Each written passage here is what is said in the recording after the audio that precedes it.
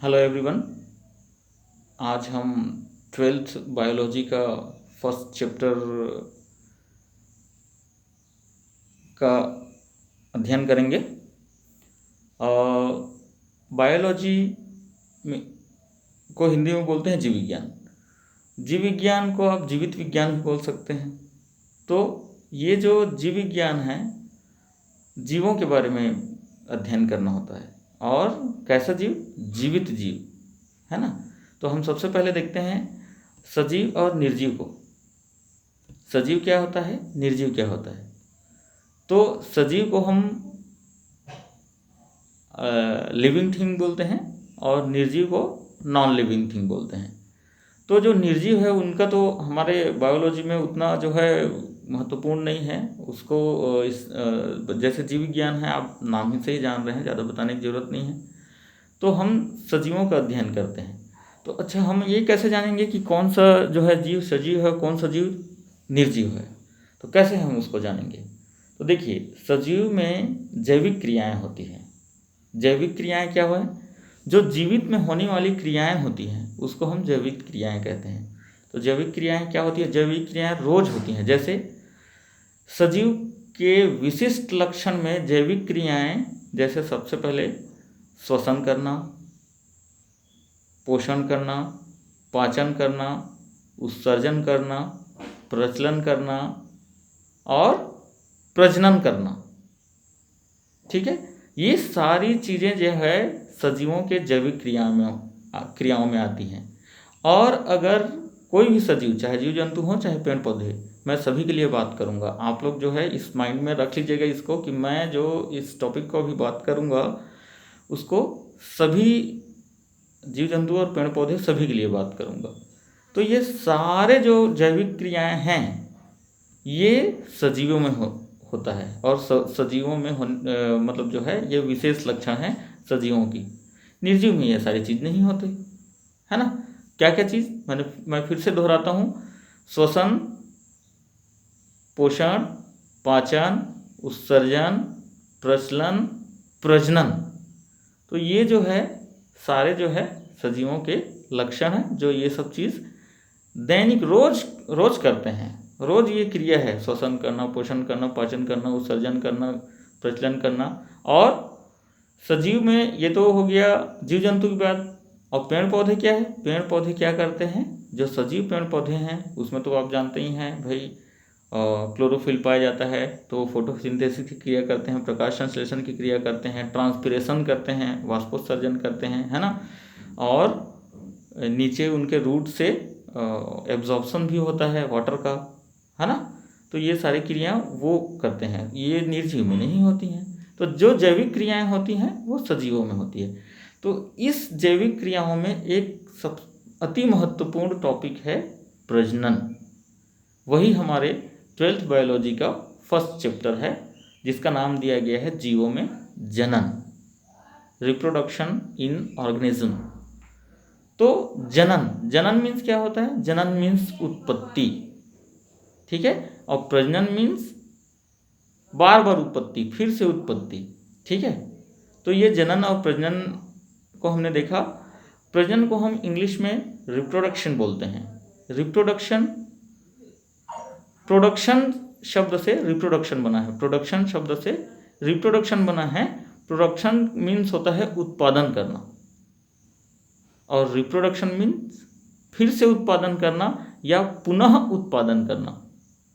तो हम इसमें क्या उत्पादन करेंगे भाई? कोई सामान वामान उत्पादन करते हैं वो तो प्रोडक्शन में आ जाता है। ये तो प्रजनन है। तो ये तो सजीवों में और जीव जंतुओं में, पेड़ पौधों में होने वाली क्रियाएं हैं। तो क्या उत्पादन करेंगे?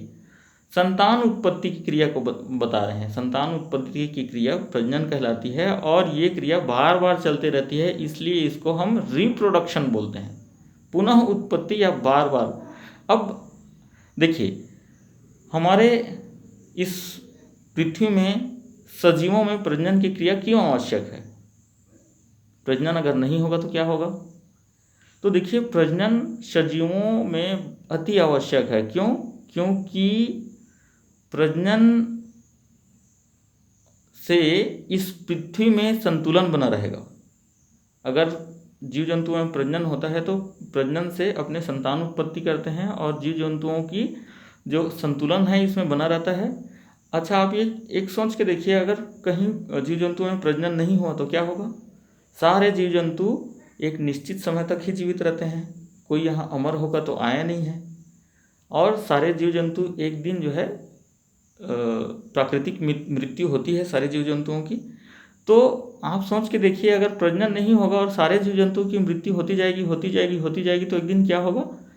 इस पृथ्वी में सारे जीव जंतुओं और पेड़ पौधों का अस्तित्व खत्म हो जाएगा और ये पूरी की पूरी पृथ्वी जीव जंतु और पेड़ पौधों से विहीन हो जाएगा।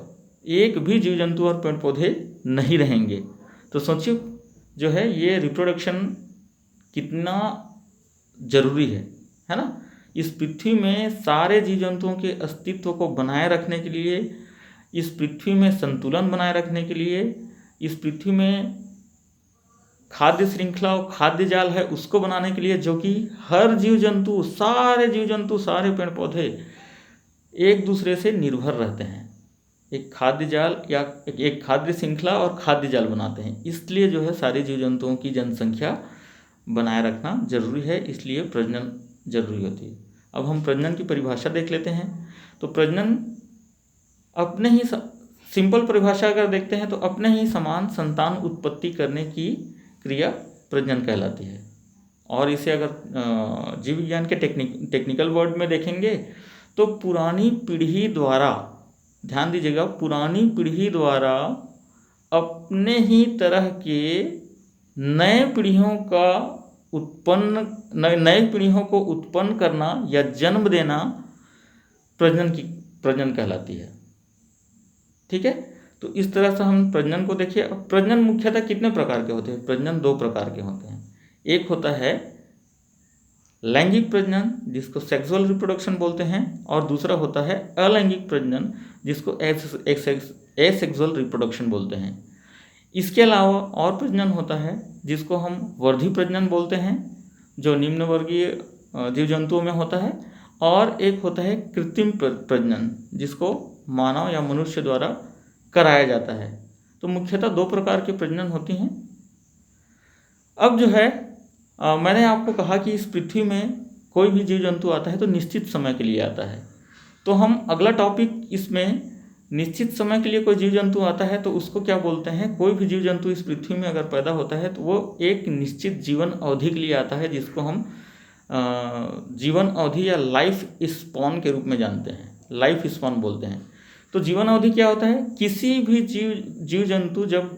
कोई भी जीव जंतु जब इस पृथ्वी में उत्पन्न होता है तो उसके जन्म से लेकर उनकी प्राकृतिक मृत्यु तक के समय को हम जीवन अवधि, जीवन काल या लाइफ स्पॉन के रूप बोलते हैं। ध्यान दीजिएगा, मैंने कहा प्राकृतिक मृत्यु, किसी भी एक्सीडेंटल मृत्यु या किसी भी कारण से मृत्यु होना कम समय के लिए, ये जो है नहीं आएगा। जीवों के जन्म से लेकर प्राकृतिक मृत्यु तक का समय जीवन काल, जीवन अवधि या लाइफ स्पॉन कहलाता है। तो सारे जीव जंतुओं का जीवन काल, किसी किसी का जीवन काल 1 दिन होता है और किसी किसी का जीवन काल 4000 वर्ष तक भी हो सकती है। तो आप जीवन काल को इस प्रकार समझ सकते हैं, जैसे कि देखिए, अब किसी किसी को उदाहरण लेते हैं, जैसे मनुष्य है। मनुष्य का जीवन काल कितने वर्ष का माना गया है? मनुष्य का जीवन काल अमूमन 75 से 100 साल तक, है ना? 75 से 100 साल मनुष्य का जीवन काल माना गया है। तो इस 75 से 100 साल के बीच में क्या है? जब जन्म होते हैं एक शिशु के रूप में, उसके बाद फिर जो है शैशवावस्था, फिर किशोरावस्था, फिर वयस्कता प्राप्त करते हैं, फिर वृद्धावस्था प्राप्त करके मृत्यु हो जाते हैं। तो जैसे ही जीव जंतु वयस्क हो जाते हैं उसमें प्रजनन की क्रिया होती है।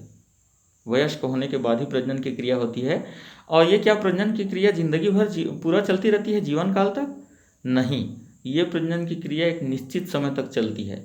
जैसे मादाओं में देखेंगे, जैसे मनुष्यों में फीमेल में देखेंगे तो ये प्रजनन जो है 45-46 साल तक अमूमन चलता है, किसी किसी का और ज़्यादा चलता है, लेकिन अमूमन जो है प्रजनन की क्रिया, संतान उत्पन्न करने की जो प्रक्रिया है 45-46 साल तक देखा गया है, क्योंकि फीमेल में एग्स जो बनता है, जो संतान उत्पत्ति के लिए बहुत महत्वपूर्ण होता है, वो जो है 45-46 साल के बाद बनना बंद हो जाता है।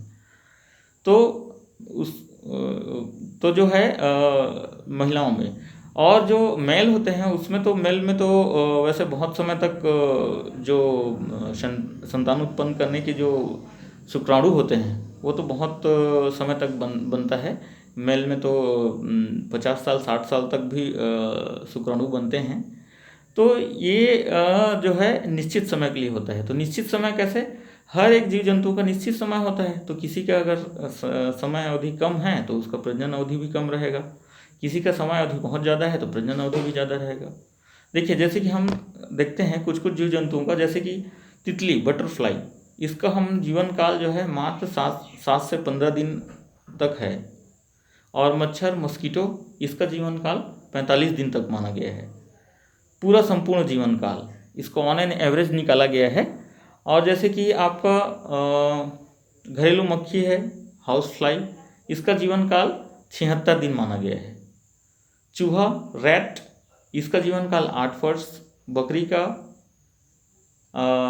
का जीवन काल जो है चूहा का जो है जीवन काल 4 वर्ष माना गया है, और बकरी का 8 वर्ष, खरगोश, रैबिट का 13 वर्ष, मेढक 15 वर्ष, बंदर का 20 से 25 वर्ष माना गया है जीवन काल ऑन एन एवरेज।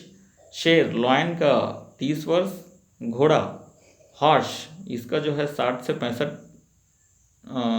ईयर जो है इसका लाइफ स्पैन माना गया है। और एलिफेंट का जो है 80 साल माना गया है।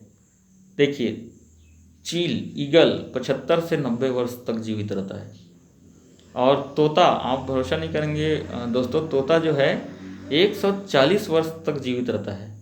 तो मैंने आपको पहले ही कहा था ना, किसी भी जीव का जो है जीवन काल एक दिन का हो सकता है, या तो 4000 वर्ष तक भी हो सकता है।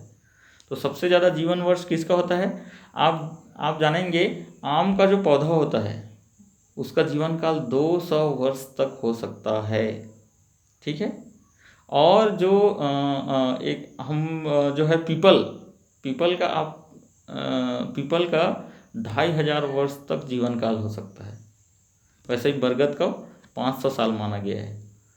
तो ये दोस्तों, ये अपना जीवन अवधि या लाइफ स्पैन, ये भी महत्वपूर्ण टॉपिक है। और किनका जीवन काल, जीवन अवधि कितना समय तक रहता है, ये भी महत्वपूर्ण रहता है, क्योंकि इस पर ही प्रजनन की जो क्रिया है वो निर्भर करती हैं। तो आज हम इतना ही देखें। नेक्स्ट टॉपिक में हम जो है प्रजनन की जो प्रकार है, लैंगिक और अलैंगिक, इसको देखेंगे।